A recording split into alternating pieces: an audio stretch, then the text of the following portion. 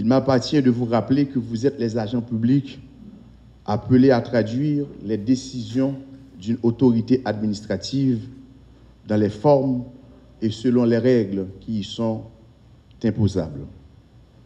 Vous devez donc vous armer de connaissances suffisantes et bien maîtriser les règles et les procédures qui gouvernent un acte administratif. En effet, une administration publique moderne ne peut se satisfaire de pratiques propres à chaque organe de l'État, disparates, illégales, conjoncturelles et irrégulières.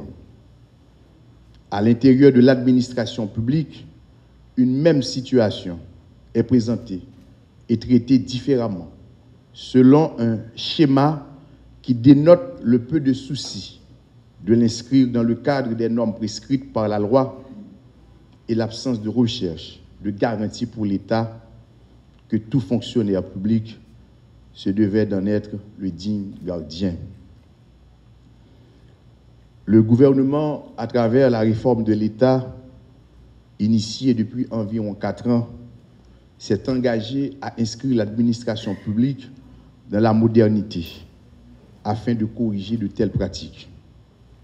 Des actes et des activités sont multipliés depuis afin de l'engager de manière irréversible. L'Office de management et des ressources humaines se profile comme le porte-étendard de cette réforme. Il en fait largement écho de l'administration publique par la promotion qu'il en fait et ses actions régulatrices et agit pour qu'elle soit une réalité et un acquis incontournable. Cette réforme qui est engagée postule pour sa réussite un personnel formé, compétent, intègre, disponible et loyal. C'est pourquoi l'État met en place des institutions de formation afin de s'assurer de l'existence d'une masse critique de tels fonctionnaires qui puissent garantir la pérennité de la réforme. Ainsi, l'École nationale d'administration et des politiques publiques, ENAP, a été créée et rendue fonctionnelle. La fonction publique vient d'être renforcée d'une deuxième cohorte ayant bénéficié d'une étude de maîtrise en gestion publique. Une troisième cohorte est actuellement en formation. Des séminaires de formation sont organisés dans tous les domaines de toute l'administration publique et visent à vous fournir de meilleurs outils afin d'assumer pleinement et compétemment vos attributions.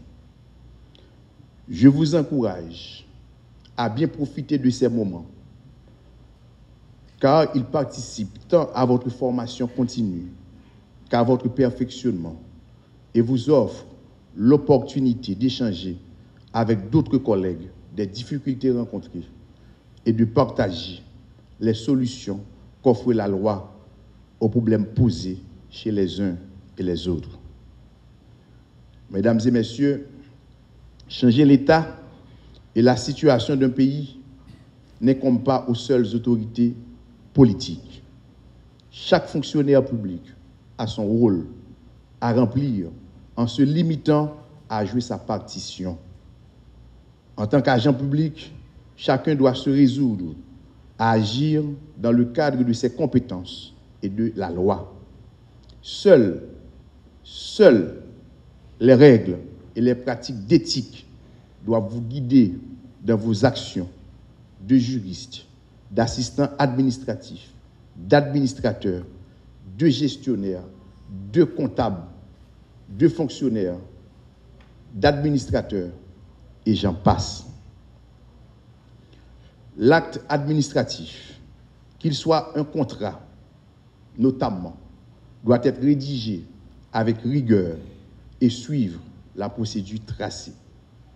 Il n'est pas admis qu'il soit élaboré selon la fantaisie de chacun et la légèreté qu'il a été donné d'observer dans beaucoup de contrats, par exemple, soumis à la primature. Les conséquences sont dommageables pour l'État, car leur correction entraîne un long délai de traitement et d'exécution et en outre fait peser un discrédit quant à la compétence de l'institution qui l'a soumis. Ça entraîne une lourdeur, une lenteur et qui fait que parfois le temps politique ne correspond pas au temps de l'administration.